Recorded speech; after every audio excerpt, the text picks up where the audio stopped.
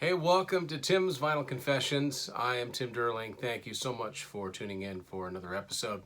On this episode, it's always a good time when I can talk about one of my all-time favorite bands, and on this episode, I'm going to be talking about Queen. This episode is going to go through my Queen 8-track collection, which is complete with an asterisk. It's complete as far as all of the retail cartridges that came out, all of the ones that were released that could be bought in stores. I'm missing one RCO, and we'll get to that as we go along. So I've got, for the most part, a lot of Canadian ones in this pile, but I'm going to start off with something completely different. One of just a handful I have from across the pond. This is Queen's first album. This is a UK edition on EMI Records from 1973. This is a pretty beat up copy, and one of the first things you'll notice is that it's in black and white. The reason is that at the time, EMI released their 8 tracks with a slipcase that had a gold top on it. You've seen cassettes like that too, probably, if you've collected any amount of time. And that artwork was actually in color. Unfortunately, those slipcases tend to be thrown out, so that's why this is the copy that I've got. You don't see the first album on 8-track very much, so this is the one that I have, first album. Second one, actually, I got into Queen back in 1992, and I found this one with a fluke because it's not a huge album for them, and the fact that I found one that's in such great shape still kind of blows my mind. It's Queen 2. As you can see, this cart's in excellent shape. It's a Canadian edition on Elektra. Songs are way out of order. If you notice, it's got the loser in the end, starts everything off, and goes into the March of the Black Queen. The whole concept of a light side and dark side, when it came to putting them on 8-track, out the window. It's the side of it there. But that card isn't actually in really, really good shape. Next up is a US cart for Sheer Heart Attack, the third album, 1974. A little bit of wear and tear on the cover, not bad. This one's kind of neat because it's got the Elektra logo here, but it's also got a logo for 8 tracks.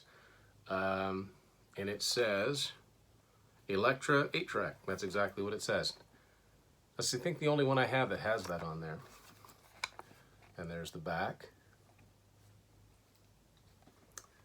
Fine album. My copy's got a bit of a stain on it. I'm talking about, of course, A Night at the Opera from 75. This is another US version on Elektra. And this one is in an interesting order as well. It's not bad as far as song. There's just a little bit of shuffling around. It goes... actually, no, it's not bad. Good Company and Seaside Rendezvous are... No, and the Prophet Song. Forget that. It is a little bit mixed up, but not bad. At least it starts with Death on Two Legs and ends with God Save the Queen. Next one is one they've had for a little while. A lot of the Canadian cards, as you'll see, are yellow. This one's red, which is usually CBS, but this is A Day at the Races from 1976. This is a Canadian card on Elektra. I'm sure there's yellow ones that look just like this. This is the one that I was able to find. One of my favorite Queen albums. They have a lot of 10s, and this is one of mine. News of the World, 77. This is a Canadian one. You can easily spot the difference.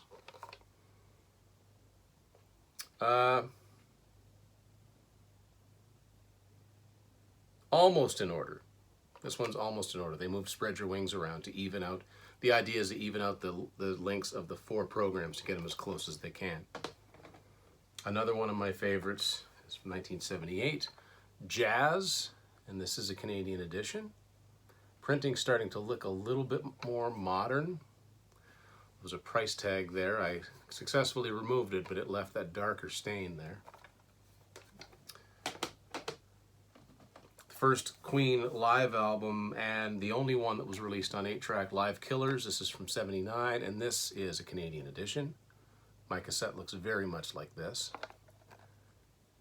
And like a lot of the double live albums, you could tell by holding this up compared to the one that came before it, this is significantly heavier. There's probably twice as much tape inside of it. The most common one that you'll see is the biggest selling Queen album, The Game from 1980. This is a Canadian edition on Elektra. Hold that up there, it's hard to read, but it does say Queen, The Game on there in white. That's the easy one to get from 1980. The harder one to get is this one.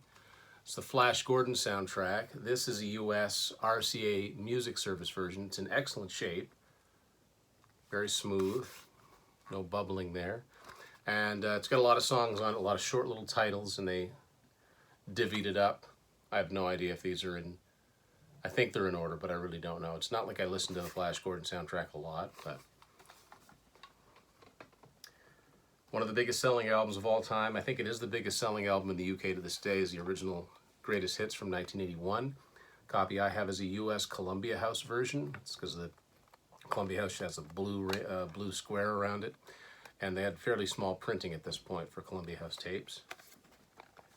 And that's what the back of it looks like.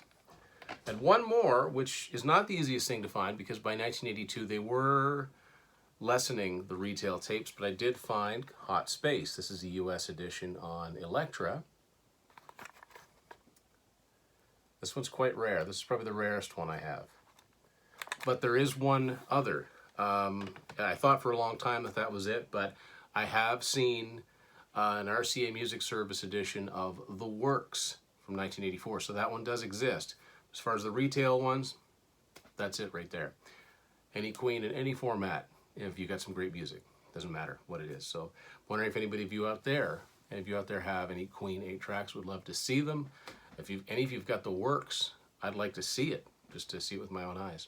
Actually, it is visible on Discogs. Thank you for watching this edition of Tim's Vinyl Confessions.